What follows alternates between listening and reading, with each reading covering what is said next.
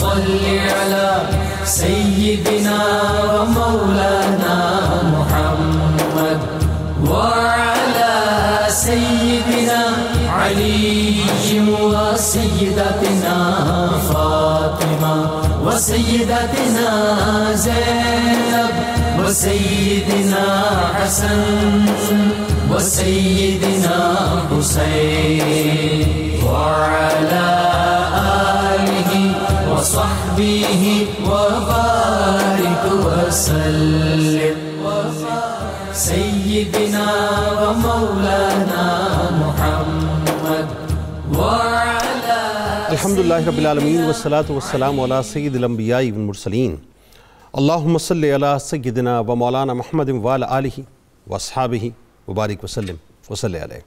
دنیا کے تمام دیکھنے والوں، تمام چاہنے والوں، تمام پیار کرنے والوں اور جہاں جہاں تک میری آواز کو سنا اور مجھے دیکھا جا رہا ہے، جنید اقبال کی جانب سے انتہائی محبت کے ساتھ السلام علیکم۔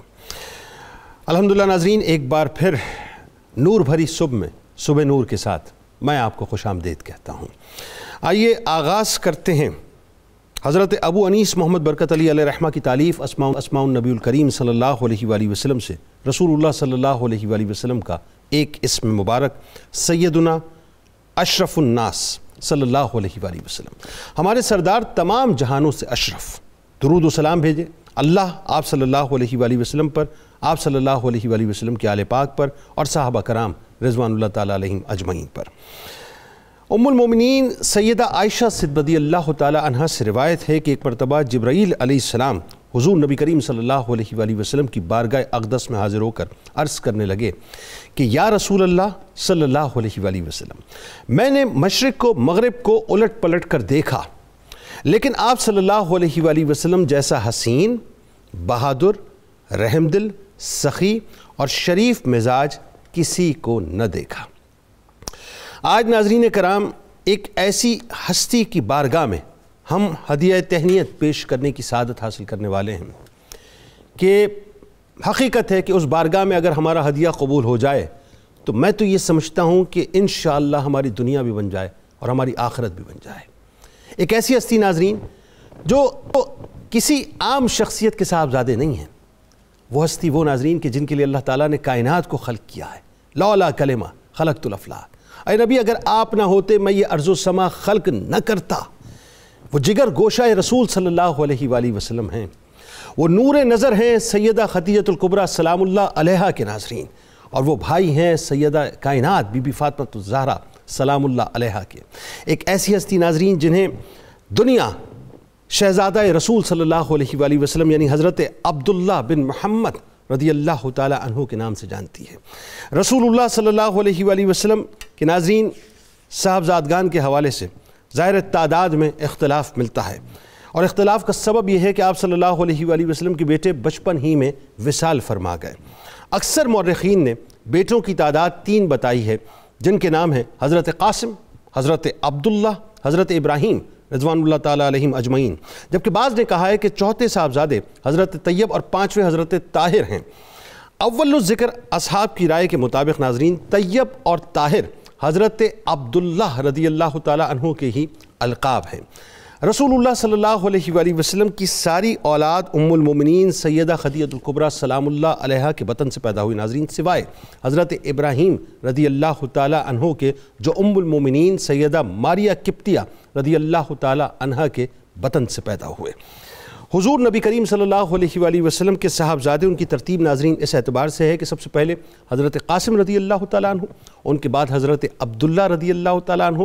حضرت عبداللہ بن محمد رضی اللہ تعالیٰ عنہ مکے میں اظہار نبوت کے بعد یعنی ظاہری اظہار نبوت یا یوں کہیے کہ ظاہری اعلان نبوت کے بعد اس دنیا میں ظاہری طور پر تشریف لائے۔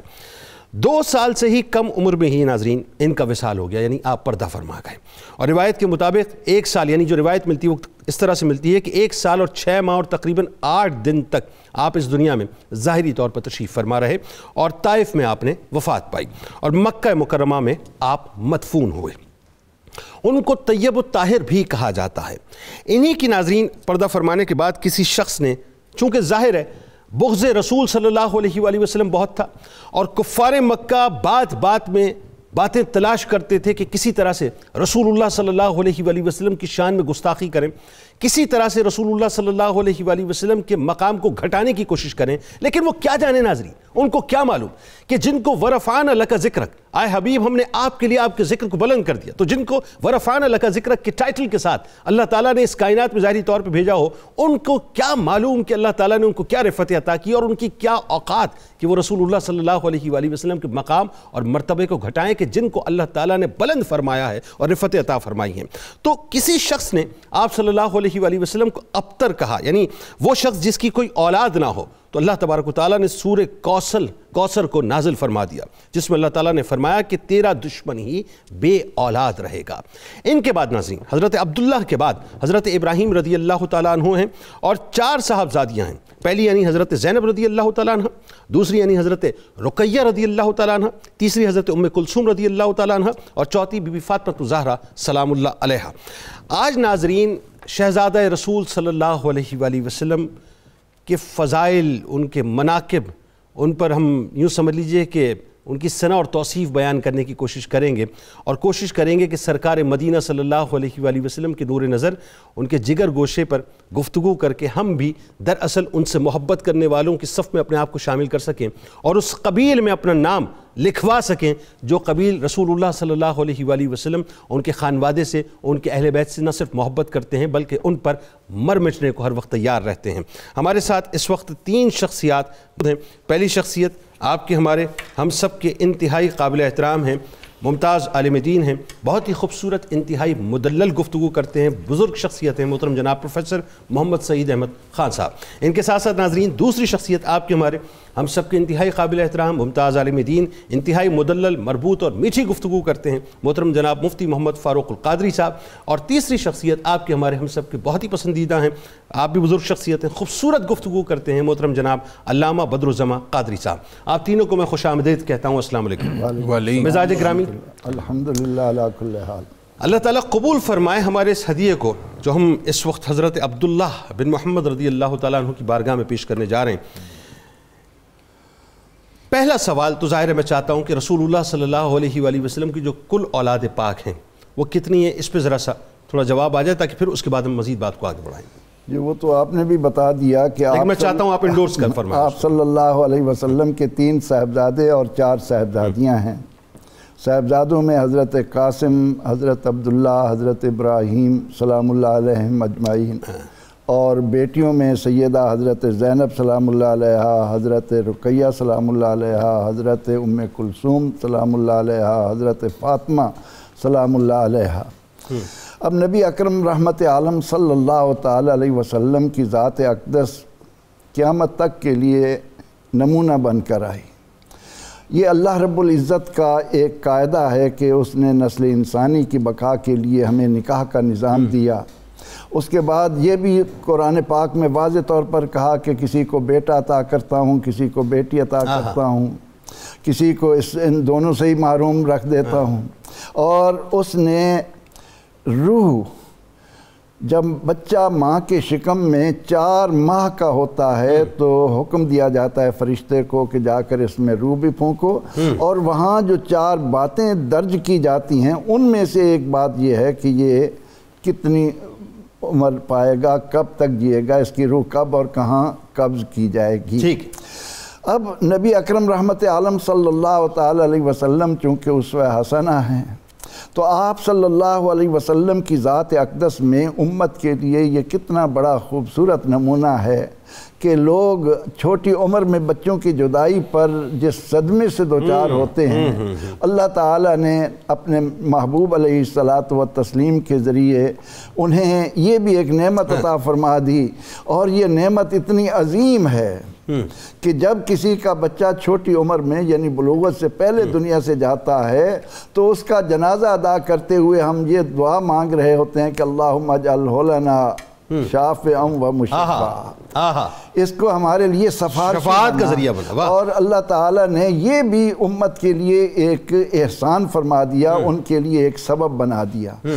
اس میں نبی اکرم رحمت عالم صلی اللہ تعالی علیہ وسلم کے نرینہ اولاد کے باقی نہ رہنے میں اللہ تعالیٰ کی عظیم حکمتیں ہیں۔ اچھا، ان حکمتوں میں ہم بات کریں گے، پروفیسر صاحب، لیکن میں چونکہ نقطہ ابھی 2-4 نکات ایک ساتھ اگر جمع ہو گئے تو وہ میں چاہتا ہوں ایک ایک نقطے پہ بات کر کے تاکہ لوگوں کو آسانی سے بات سمجھ بھی آ جائے کہ ایک تو بنیادی بات یہ ہے کہ 1 برس اور 6 ماہ بہت مختصر عمر ہوتی ہے مفتی صاحب، اور ظاہر ہے اس عمر پہ میں کلام کرنا چاہوں گا کہ اس عمر میں بچے کا چلا جانا ویسے ہی والدین کا کلیجہ پھٹ جاتا ہے، کجا اس کے کہ رسول اللہ صلی اللہ علیہ وآلہ وسلم نے ظاہری اعلان نبوت ابھی فرمایا ہے، نبوت کا ایک بار ہے، ایک بہت بڑا کام ہے، ایک بہت بڑا مشن ہے، اور یہاں نرینہ اولاد کا ہونا اور پھر اس کے بعد چلے جانا ایک بہت بڑا صدمہ ہے. یعنی آپ سوچئے کہ ایک طرف دشمنوں کی فوج لگی ہوئی ہے، دوسری طرف نبوت کا اتنا بڑا بار ہے، اس ذمہ داری کو لے کے چلنا ہے، تیسری طرف ایک بہت بڑی محرومی زندگی کے اندر کہ اولاد آئی اور چلی گئی. اسی پہ میرا خیال ہے یہیں سے ہم آغاز کرتے ہیں، اس کے بعد پھر صاحبزادگان کا جو تعارف ہے اس پہ بات کریں گے. بسم اللہ الرحمن الرحیم. آج بڑی سعادت افروز بات ہے اور یقیناً رحمت عالمین اپنے روزے میں خوش ہوں گے کہ آج ان کے لخت جگر کا تذکرہ جاں فضا ہو. اللہ قبول فرمائے. صحیح بات. اعلیٰ حضرت نے خوب کہا کہ گلشن اہل بیت کے اس معطر اور معمبر پھول کے بارے میں پارہائے صحف غنچہ ہائے قدس، اہل بیت نبوت پہ لاکھوں سلام، اور خون خیر الرسل سے ہے جس کا خمیر، خون خیر الرسل سے ہے جن کا خمیر، ان کی بے لوث طینت پہ لاکھوں سلام، ان کی بے لوث طینت پہ لاکھوں سلام. جناب والا، حضرت سیدنا عبداللہ کے وصال سے سیرت نبوی کا ایک باب مکمل ہوا.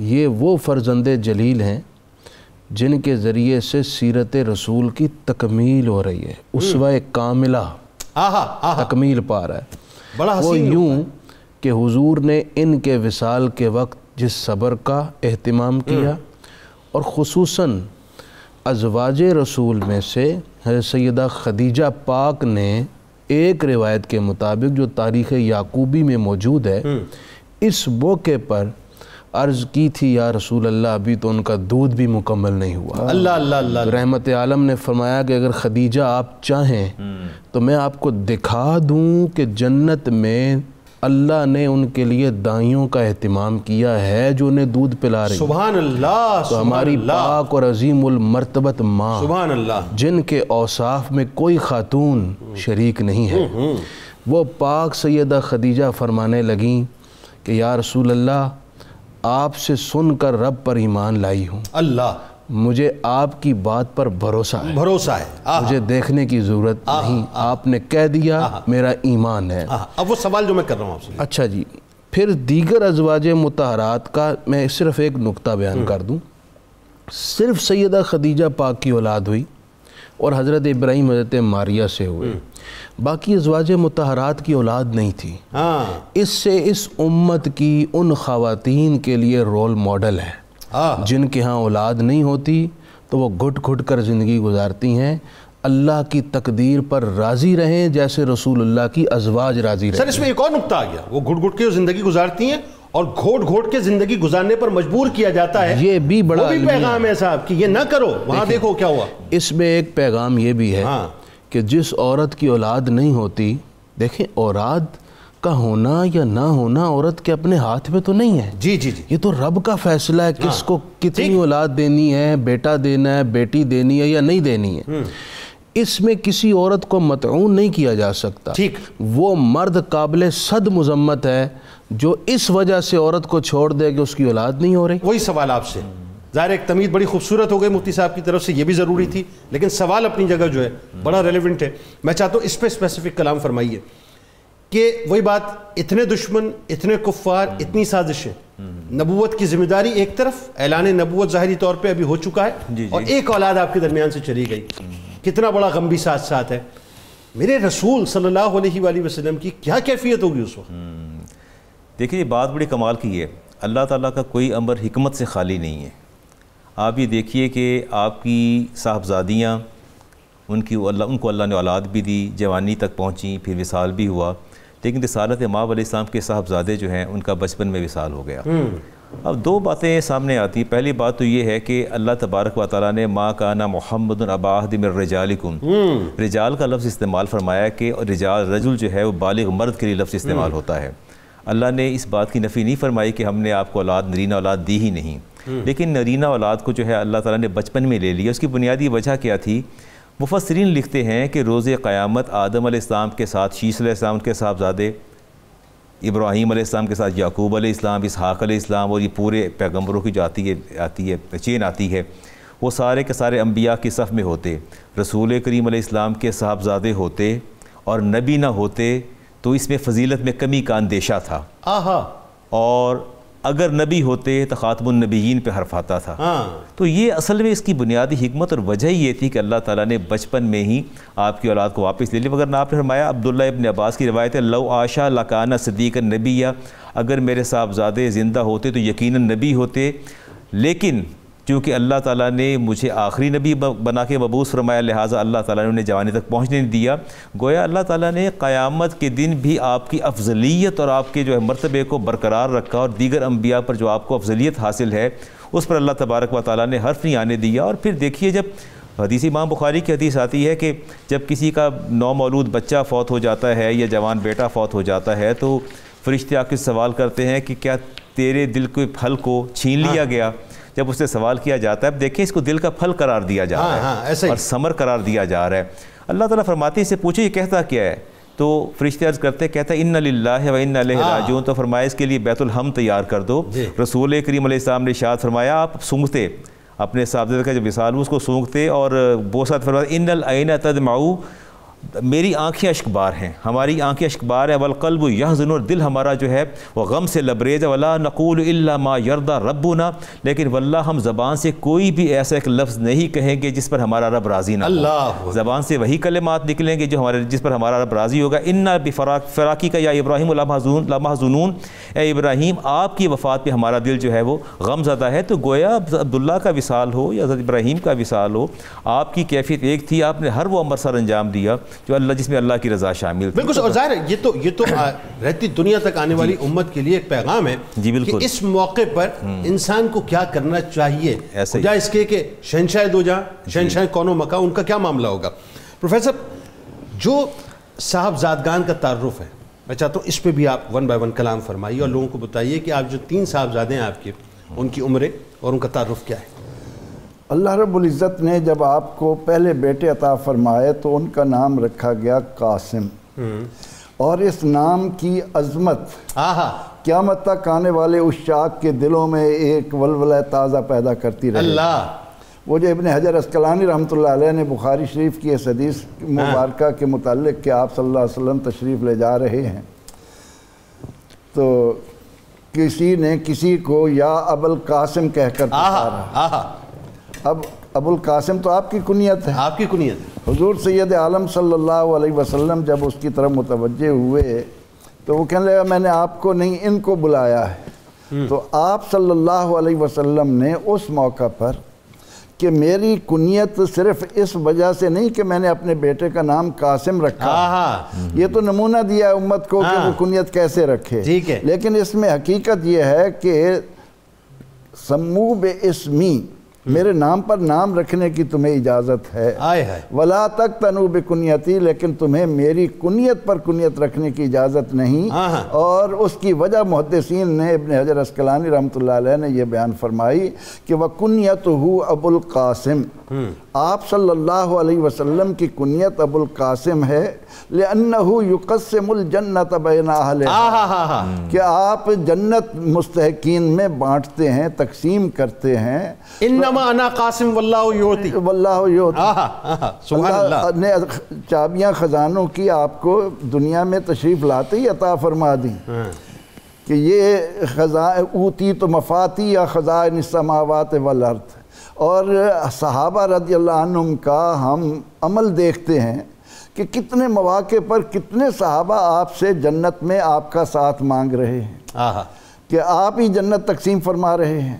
تو سیدنا حضرت قاسم 4 سال کے لیے علماء نے لکھا تھوڑا عرصہ دنیا میں رہے، ٹھیک ہے، ان کے لیے دایا کا انتظام بھی ہوا، دایا کو آقا علیہ السلام نے اپنے بیٹے کے ذریعے نوازا بھی، انعامات بھی دیے، اور تیسرے صاحبزادے آپ کے ابراہیم ہیں، وہ درمیان میں عبداللہ ہیں رضی یہ اللہ عبداللہ درمیان میں ٹھیک ہے۔ ہیں، اور حضرت ابراہیم مکی مدنی زندگی میں آپ کے ہاں حضرت ماریہ قبطیہ سلام اللہ علیہ کے کم عطر سے دنیا میں تشریف لائے، وہ بھی تھوڑا عرصہ دنیا میں رہے۔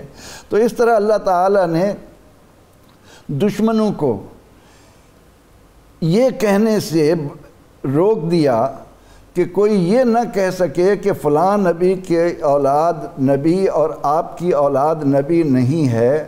ایک تو یہ اعتراض بند ہو گیا۔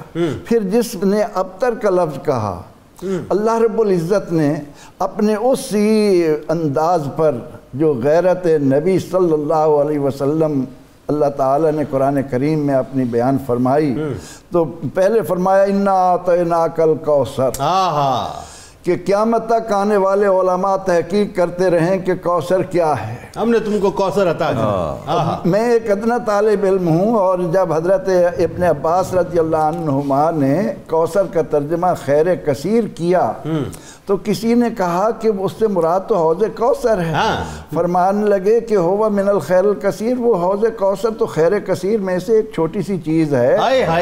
اور میں قرآن کریم کے مطالعے کی روشنی میں یہ لذتیں ایمانی حاصل کرتا رہتا ہوں کہ خیر کثیر کا لفظ بھی چھوٹا ہے، کیونکہ قرآن ہمیں بتاتا ہے کہ من یؤت الحکمت فقد اوتی خیرا کثیرا، جس کو حکمت ملی اسے خیر کثیر ملی، اور جہاں حکمت تقسیم ہو رہی ہو، اللہ جو حکمت کا شہر ہو، جو حکمت بانٹ رہا ہو، اس کی عظمتوں کا کون اندازہ لگا سکتا ہے؟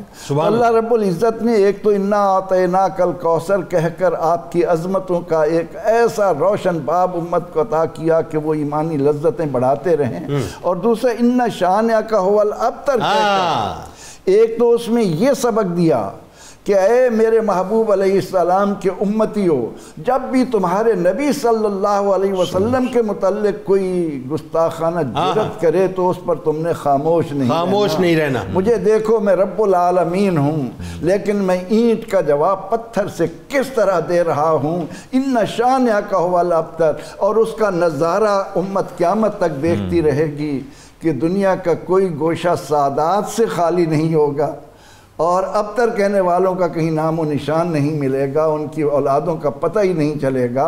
تو پروردگار عالمین نے سیدنا حضرت قاسم ہوں، سیدنا حضرت عبداللہ ہوں، جیسے مفتی صاحب فرما رہے تھے کہ یہ تو وہ پھول ہیں کہ جب ان کے نام زبان پر آتے ہیں تو ہمارا پورا جسم مہک اٹھتا ہے، ایمانی خوشبو اتنی آتی ہے کہ اللہ کے نبی علیہ السلام کا خون، آپ کے لخت جگر، آپ کے نور نظر، کیا شان ہے، تو ہے عین نور تیرا سب گھرانہ نور کا، تیری نسل پاک میں بچہ نور کا۔ تو نبی اکرم رحمت عالم صلی اللہ تعالی علیہ وسلم کے اس عمل میں امت کے لیے جو باتیں ہم کر رہے ہیں کہ کتنا بڑا سبق ہے۔ اچھا اب مفتی صاحب یہ بتائیے، ننیال کا تعارف بھی بڑا حسین ہے، بڑا خوبصورت ہے، یعنی میں کبھی کبھی سوچتا ہوں کہ محسنہ اسلام کی عمارت میں جہاں صحابہ کرام رضوان اللہ تعالیٰ علیہم اجمعین کا خون شامل ہوا، ان کی جد و جہد شامل ہوئی، ان کی قربانیاں شامل ہوئی، اگر سیدہ خدیجۃ الکبریٰ سلام اللہ علیہا کا مال شامل نہ ہوتا تو یہ عمارت اتنی مضبوط نہ ہوتی۔ تو تعارف تو ننیال کا یہ ملتا ہے، فرمائیے۔ ایک نکتہ میں پروفیسر صاحب کی بات سے بیان کر کے اس جانب آتا ہوں۔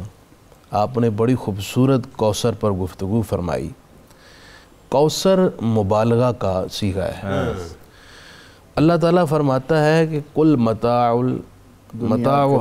الدنیا قلیل، کہ دنیا کا ساز و سامان قلیل ہے، ریت کے ذرات آج تک کوئی گن نہیں سکا، پانی کے قطرے، درختوں کے پتے، آسمان پر موجود ستارے، اور جو تحقیق بڑھ رہی ہے، نئی کہکشائیں، گلیکسیز وغیرہ دریافت ہو رہی ہیں، اور وہ اتنی بڑی ہیں اور اتنی زیادہ ہیں کہ ان کا شمار بھی ممکن نہیں۔ سائنٹسٹ دنیا سے جاتے جاتے یہ کہہ گئے کہ ہم دنیا کے بارے میں ابھی 1% معلوم کر سکیں. وہ بھی نہیں صاحب، وہ بھی نہیں. اچھا یہ اللہ تعالیٰ فرماتا ہے یہ قلیل ہے. یہ کیا ہے؟ اللہ کے ہاں کہ قلیل کو انسانی دماغ شمار نہیں کر سکتا، تو جسے اللہ کثیر کہہ دے، کثیر کہہ دے. اچھا جسے اللہ کثیر کے بجائے کوثر فرما دے، کوثر فرما دے. اسے کون شمار کر سکتا ہے؟ بھائی سبحان اللہ فرما رہا ہے محبوب ہم نے آپ کو کوثر عطا فرمایا. کوثر کے بدن وہ انسانی ظاہری بات ہے کہ انسانی احاطے سے احساس سے باہر ہے. وہ کسی نے وہ کہا تھا نا، وہ 4 مصرے کے بشر کی سر بلندی میں بھی کوئی راز ہوتا ہے، جو سر دے دے سر میدان وہ سرفراز ہوتا ہے. اور جہاں پہ ختم ہوتی ہے حدود عقل انسانی، یہ عقل انسانی ہے نا جس پہ انسان پیمانے دیکھتا ہے، عقل پہ چول اڑاتا ہے، تو جہاں پہ ختم ہوتی ہے حدود عقل انسانی وہاں سے محمد کی شان کا آغاز ہوتا ہے. اعلیٰ حضرت نے بھی کہا کہ تیرے تو وصف عیب تناہی سے ہے بری، شمار ہو جانا اوصاف کا بھی ایک عیب ہوتا ہے. تو عرض کی یا رسول اللہ تیرے تو وصف عیب تناہی سے ہیں بری، حیران ہوں میرے شاہ میں کیا کہوں تجھے. ننیال حضرت سیدہ خدیجہ الکبریٰ سلام علیہ، جیسے ہی نام آتا ہے ادب سے سر جھک جاتے ہیں اور دل محبت سے وارفتہ حال ہو جاتے ہیں. جنہوں نے 25 سال تک حضور کے ساتھ وہ وقت گزارا جس کو حضور کبھی فراموش نہ کر سکے، بلکہ ام المومنین سید عائشہ صدیقہ کو کہا کرتے تھے کہ جو خدیجہ نے کیا ہے وہ کوئی اور نہ کر سکا، میں اسے کبھی بھلا نہیں سکتا. سیدہ خدیجہ وہ ہیں جن کے شرف میں یہ بات آئی کہ ساری نسل رسول حضرت سیدہ خدیجہ کے بطن سے چلی، اور کوثر کی جو اولی تفسیر تھی وہ حضرت سیدہ خدیجہ الکبریٰ کے ذریعے سے وجود میں آئی، اور ساری نسل سادات روئے زمین پر صبح قیامت تک پھیلی رہے گی. سیدہ خدیجہ الکبریٰ وہ ہیں جنہوں نے اپنی جان، اپنی مال، اپنے افکار، اپنے خیالات اور ہر اعتبار سے رسول کریم صلی اللہ علیہ وسلم تک ٹھنڈک پہنچائی. اور پھر یہیں تک نہیں، شاب ابی طالب کے وہ 3 سال جو انتہائی جانکاہ تھے وہ بھی حضور پر قربان کر دیے. جناب والا سکھ کے بڑے لوگ ساتھی ہوتے ہیں، دکھ کا ساتھی اور غم میں اور تکلیف میں وہی ساتھ دیتا ہے جو رگو پہ میں آپ کی محبت بسا چکا ہے. سیدہ خدیجہ الکبریٰ نے وہ اوقات گزارے اور اسی وقت میں کمزوری کے باعث، صحت میں ضعف کے باعث آپ کا وصال ہوا. میں یہاں بات کاٹ کے معذرت کے ساتھ درود شریف کی طرف لوگوں کے لیے چلتا ہوں، پھر آئیں گے یہیں سے بات جوڑیں گے. جی بہتر، بالکل یہیں سے جوڑیں گے، کیونکہ آپ تو اس وقت جو بات فرما رہے ہیں وہ لوگوں کو یہ بھی سمجھنی چاہیے کہ عام خاتون نہیں ہے. یعنی کمپیریٹیولی اگر آپ کمپیریزن تو بنتا ہی نہیں ہے. ملکۃ التجار، ملکۃ العرب، سب سے بڑی ایکسپورٹر عرب کی، سب سے بڑی امپورٹر. سارے اونٹ ایک طرف اور آپ کے اونٹ ایک طرف. ناظرین آئیے اسی بات پہ درود پاک کا نذرانہ سرکار کی بارگاہ میں پیش کرتے ہیں، اس یقین کے ساتھ کہ ہم درود پاک بھیجیں گے اور انشاءاللہ سرکار مدینہ صلی اللہ علیہ وآلہ وسلم قبول فرمائیں گے. اللہم صلی علی سیدنا و مولانا محمد وعلی سیدنا علی و سیدتنا فاطمہ و سیدتنا زینب و سیدنا حسن و سیدنا حسین وعلى آله وصحبه وبارك وسلم. اللهم صل على سيدنا ومولانا محمد وعلى سيدنا علي وسيدتنا فاطمة وسيدتنا زينب وسيدنا حسن وسيدنا حسين وعلى آله وصحبه وبارك وسلم. اللهم صل على سيدنا ومولانا محمد وعلى. خوش آمدید خواتین و حضرات. ناظرین کرام، بات یہ ہے جگر گوشہ رسول صلی اللہ علیہ وآلہ وسلم پہ بات ہو رہی ہے.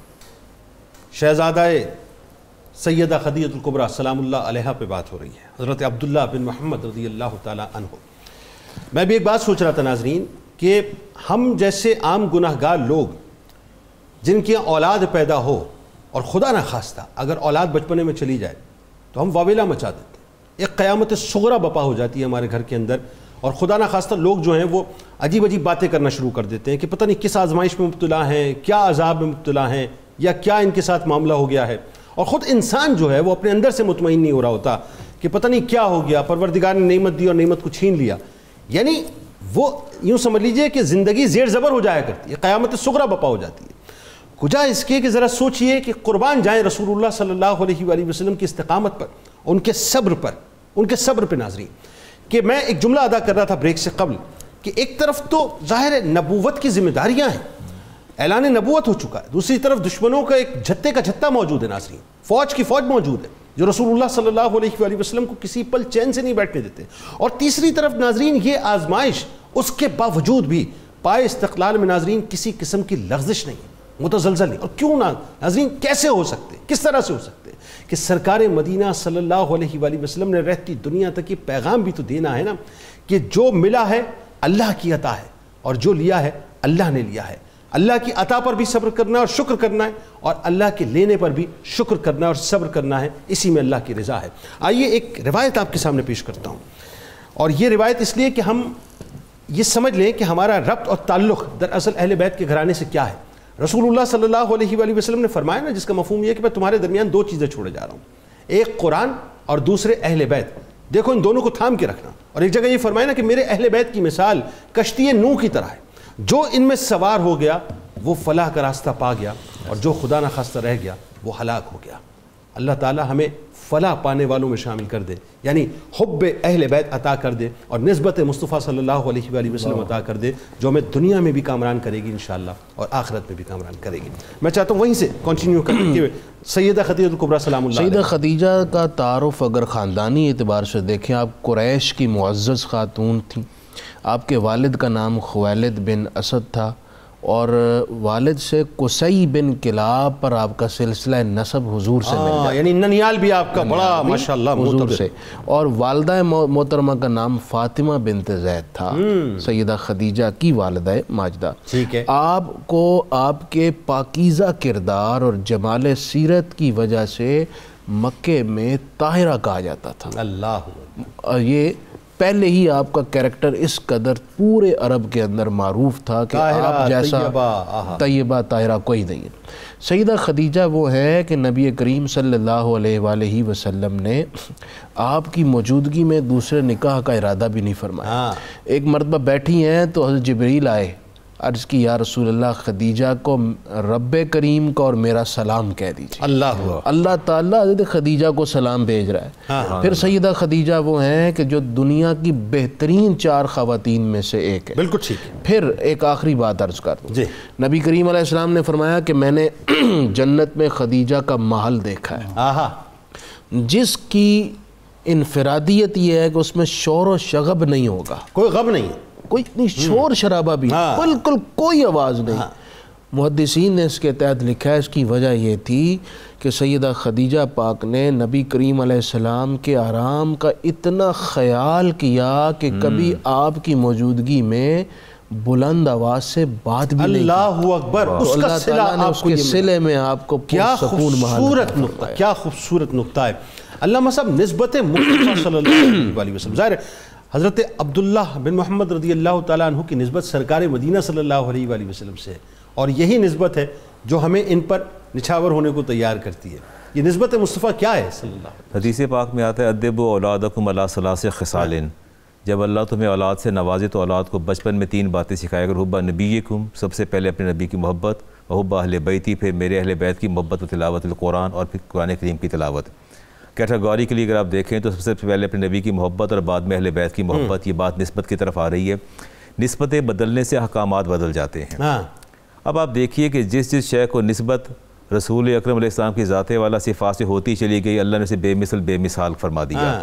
آپ دیکھیے دین اسلام کو نسبت ہوئی رسالت امام علیہ السلام سے، اللہ نے فرما دیا وَمَن يَتَّبِعْ غَيْرَ الْإِسْلَامِ دِينًا فَلَن يَقْبَلْ مِنْهُ۔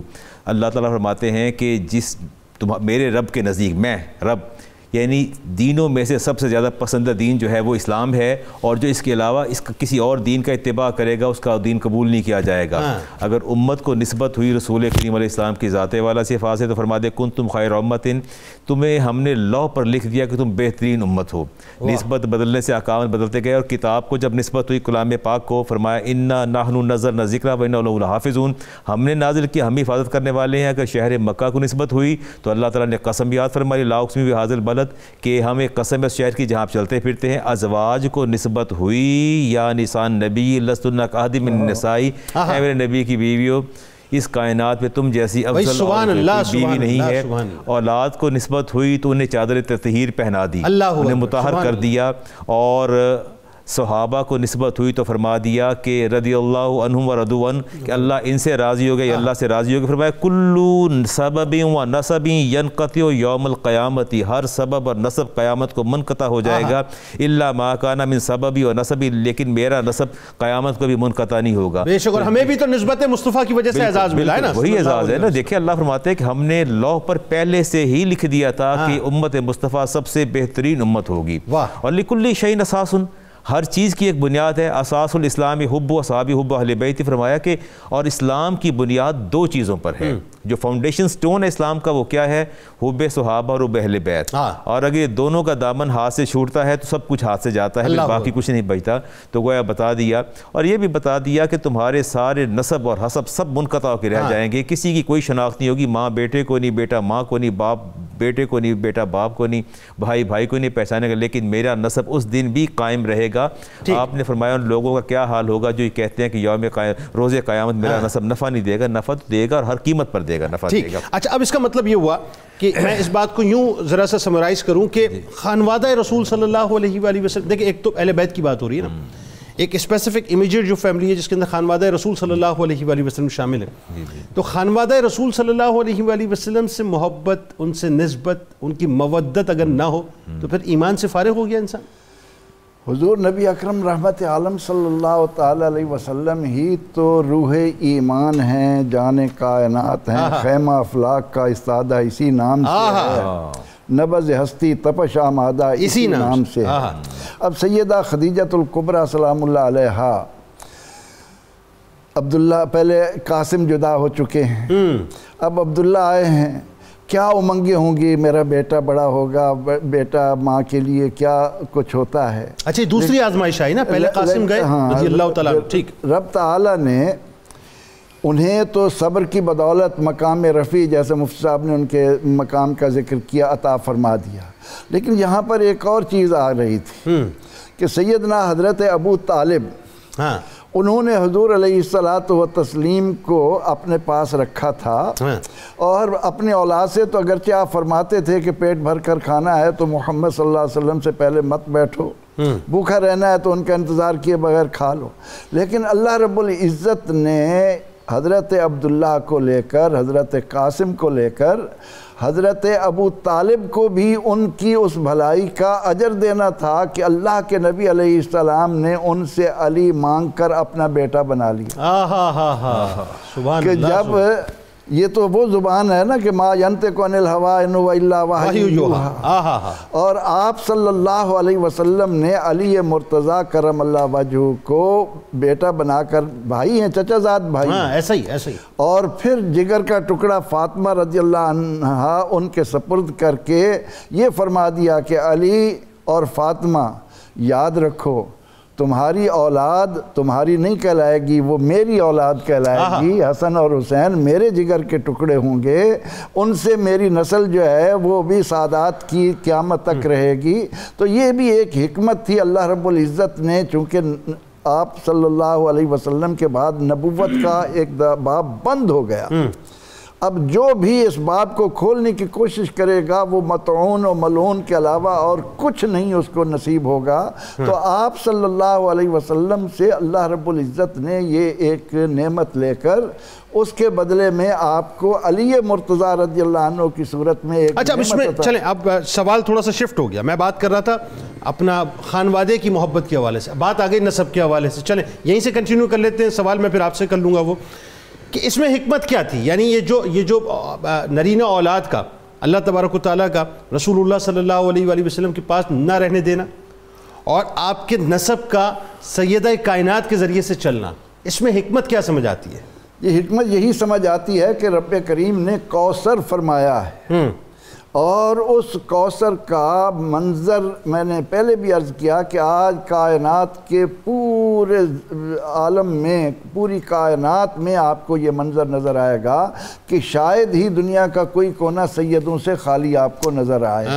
اللہ رب العزت نے ہمیں یہاں یہ حکم دیا کہ وَتُعَزِّرُوهُ وَتُوَقِّرُوهُ کہ نبی علیہ الصلاۃ والتسلیم کی تعظیم و توقیر بجا لاؤ، تو آج ہمارے لیے جہاں ہم حضور علیہ الصلاۃ والتسلیم سے نسبت رکھنے والے ان شہزادوں کا ذکر کرتے ہیں، شہزادیوں کا ذکر کرتے ہیں، امہات المومنین کا ذکر کرتے ہیں، آپ کے تعلق رکھنے والوں کا اور تعلق رکھتے ہیں، تو وَتُعَزِّرُوهُ وَتُوَقِّرُوهُ آج بھی ہمیں پکار رہا ہے کہ حضور علیہ السلام کی نسبت کی بنا پر جو سید ہے اس کا احترام۔ ٹھیک، اب اس میں مفتی صاحب سوال پھر وہی آ گیا، خانوادہ رسول صلی اللہ علیہ وآلہ وسلم سے محبت، مودت، عشق، ان پر اپنا سب کچھ نچھاور کرنا، ان کا ذکر کرنا، اس ذکر کو اپنی زندگی کا مرکز بنانا۔ ایک نکتہ پروفیسر صاحب کی بات سے، ہاں آج تو پروفیسر صاحب کی باتوں سے آپ بڑے نکتے نکال رہے ہیں، پروفیسر صاحب کی باتیں ہی ماشاءاللہ نکتوں سے بھری ہوئی ہیں، بزرگ شخصیت ہے، کوئی دوسری رائے نہیں۔ ایک تو قبلہ علامہ بدر الزمان صاحب نے ذکر کیا کہ ختم نبوت کو قائم رکھنے کے لیے اولاد بچپن سے ہی اللہ تعالیٰ کی بارگاہ میں پہنچ گئی، جو مذکر اولاد تھی۔ دوسرا صرف نکتہ یہ ہے کہ اللہ تعالیٰ نے ہر وصف میں اپنے حبیب کو خصوصیت دی ہے۔ سبحان اللہ۔ مذکر بچوں سے تو سبھی کی اولادیں چلتی ہیں، واہ محبوب آپ کی اولاد ہم بیٹیوں سے چلائیں، اللہ اکبر، واہ واہ واہ، یہ سبحان اللہ، خصوصی سبحان فضل اور شرف اللہ تعالیٰ نے اپنے حبیب کا قائم واہ واہ واہ۔ کیا بات ہے۔ جو بات آپ ذکر فرما رہے ہیں کہ اہل بیت کی محبت کے بغیر ایمان نہیں، بالکل واضح ہے، اس میں شک ہی نہیں۔ اعلیٰ حضرت فرماتے ہیں آب تطہیر سے جس میں پودے جمے، اس ریاض نجابت پہ لاکھوں سلام۔ سیدنا صدیق اکبر فرماتے ہیں ارقبو محمدن فی آلہ، نبی کریم صلی اللہ علیہ وسلم کی اولاد کی عزت، توصیف، ان سے محبت اس لیے کرو کہ ان کی رگوں میں حضور کا خون دوڑ رہا ہے۔ اللہ اکبر۔ ہم تو جناب نسبت کا احترام کرنے والے لوگ ہیں، جس مٹی میں میرے آقا آرام فرما رہے ہیں، ہر عاشق رسول اس مٹی کو اپنی آنکھوں کا سرما، اپنے امراض میں شفا سمجھتا ہے، ایسا ہی اس کے غبار کو اپنے لیے بخشش کا توشہ سمجھتا ہے۔ ہم تو وہ لوگ ہیں کہ مدینہ منورہ کے گلی گوچوں سے، دیواروں سے لپٹ کر روتے ہیں کہ انہوں نے حضور کی زیارت کی، کجا اس کے کہ جن کے گھر کجا اس کے کہ جن کے گھر بے اجازت جبرائیل آتے نہیں، قدر والے جانتے ہیں تو شان اہل بیت ہے، تو بڑی شان۔ اسی وجہ سے نبی اکرم صلی اللہ علیہ وسلم نے اپنی آل، اپنے خاندان، کیونکہ آل میں ازواج بھی ہیں، شہزادگان، شہزادیان بھی ہیں، اور حسنین کریمین جناب علی مرتبہ سیدہ پاک رضوان اللہ تعالی علیہ مجمعین ہیں۔ نبی کریم علیہ السلام کا فرمان سنیں، آپ نے فرمایا احب اللہ لما یغزوکم من نعمہ، کہ لوگوں تم اللہ سے محبت کرو، وہ تمہیں اپنی نعمتیں کھلاتا ہے۔ وَأَحِبُّونِي لِحُبِّ اللَّهِ، اور مجھ سے محبت کرو اس لیے کہ اللہ مجھ سے محبت کرتا ہے۔ وَأَحِبُّوا أَهْلَ بَيْتِي لِحُبِّي، اور اہل بیت سے محبت کرو اس لیے کہ میں ان سے محبت کرتا ہوں، اور میری محبت کا تقاضا ہے کہ ان سے محبت کرو۔ اچھا میں کچھ بھی نہیں مانگتا، اللہ کچھ بھی نہیں مانگتا سوائے اہل بیت علیہ اجرا الا المودۃ فی القربى، بس یہ مانگتا ہے۔ ہاں محبوب آپ فرما دیں کہ میری رسالت کا تم بدلہ تو دے ہی نہیں سکتے، میری خدمات کا جو تمہارے لیے میں نے قربانیاں دیں، جو میری وجہ سے تمہیں دنیا و آخرت کی نعمتیں ملی، تم تو اس کا بدلہ دے ہی نہیں سکتے۔ ہاں اپنی کوئی خدمت گزارانہ کاوش کرنا ہی چاہتے ہو تو یوں کرو کہ میری آل سے، میرے قرابت داروں سے محبت کر۔ اچھا اس میں بھی تمہارا ہی بھلا ہے، تمہارا ہی بھلا ہے جی۔ رسول پاک علیہ السلام کو تو ہم نے کیا نفع پہنچانا ہے، آپ کے ذریعے سے، آپ کے ذکر سے ہمارے گناہ معاف ہوتے ہیں۔ ٹھیک ہے۔ تو جناب والا بات یہاں آ کر ختم ہو گئی کہ نہ تو نبی کریم علیہ السلام کی محبت کے بغیر ایمان ہے، اور نہ ہی آپ صلی اللہ علیہ وسلم کی آل پاک، اور میں ضمناً ایک لفظ کا اضافہ کر دوں، اور نہ ہی آپ کے صحابہ کرام کے ذکر اور محبت کے بغیر ایمان مکمل ہو سکتا۔ ٹھیک، اب میں آ رہا ہوں انتہائی اہم نقطے کی طرف، اور میں چاہتا ہوں اب تینوں اس پہ اپنے انداز سے کامنٹ فرمائیے۔ میں نے اس کا حوالہ تھوڑا سا دیا تھا بریک کے بعد، لیکن میں چاہتا ہوں اس پہ تفصیلاً کلام آپ فرمائیں۔ رسول اللہ صلی اللہ علیہ وآلہ وسلم، انما انا قاسم واللہ یعطی، ابھی ہم بات کر رہے تھے، رسول اللہ صلی اللہ علیہ وآلہ وسلم کی ابرو کی جنبش سے کائنات کے سارے خزانے ان کے قدمین شریفین میں آ جائیں، اس میں کوئی دوسری رائے نہیں۔ آپ ہیرا کو دیکھیں سونے کا ہو جائے، آپ سور کو دیکھیں چاندی کا ہو جائے، زمین جو ہے وہ خزانے اگلنے لگے، اس میں کوئی دوسری رائے نہیں ہے۔ اللہ تبارک و تعالیٰ جن کی انگشت مبارک کے اشارے سے چاند کے 2 حصے کر دے، سورج کو پلٹا دے، یعنی جو آپ فرمائیں وہ ہو جائے نا، جو آپ فرمائیں وہ ہو جائے۔ کیا سرکار مدینہ صلی اللہ علیہ وآلہ وسلم حضرت عبداللہ رضی اللہ تعالی عنہ کی جانے سے پہلے دعا نہیں فرما سکتے تھے کہ یا اللہ مت لینا میرے بیٹے کو؟ لیکن دعا نہیں فرمائی۔ اس میں پیغام اور حکمت کیا ہے امت کا؟ سیدہ عائشہ صدیقہ فرماتی ہیں کہ میں نے کوئی ایسا لمحہ نہیں دیکھا کہ میرے نبی کریم علیہ السلام کے ہاتھ دعا کے لیے اٹھے ہوں اور اللہ نے خالی لوٹا دی ہوں۔ ہاتھوں کے واپس آنے سے پہلے دعا قبول ہو جاتی تھی، آپ دعا فرماتے دعا قبول ہو جاتی، لیکن حکمت میں وہی تھی کہ آپ نے دعا نہیں فرمائی۔ دعا فرماتے اللہ حیات بھی دیتا اور اللہ تعالیٰ اعزازات سے بھی نوازتا، لیکن آپ نے دعا نہیں فرمائی۔ دوسری بات ابھی اہل بیت کی نسبت کے حوالے سے میں امام فخر الدین رازی کے حوالے سے کچھ بات کرنا چاہتا ہوں، کچھ ارشادات مصطفیٰ کریم علیہ السلام، اور یہ بڑی قابل توجہ اور قابل غور ہیں۔ رسالت امام علیہ السلام نے ارشاد فرمایا ہم ماتا علی حب آل محمد ماتا شہیدہ، جو میرے اہل بیت کی محبت پر جس کا انتقال ہوگا اس کو شہادت کی موت اللہ تعالیٰ فرمائے گا۔ اللہ ومن مات علی حب آل محمد ماتا مغفور اللہ، اور جو میرے اہل بیت کی محبت پر فوت ہوگا اس کی وہ بخشا ہوا دنیا سے رخصت ہوگا۔ اللہ ومن مات علی حب آل محمد ماتا تائبہ، اور جو حب اہل بیت محمد علیہ السلام پر فوت ہوگا وہ توبہ کر کے دنیا سے جائے گا۔ اللہ ومن مات علی حب آل محمد ماتا مومنا مستقبل ایمان، اور جو حب اہل بیت پر فوت ہوگا ایمان کی تکمیل کے ساتھ فوت ہوگا۔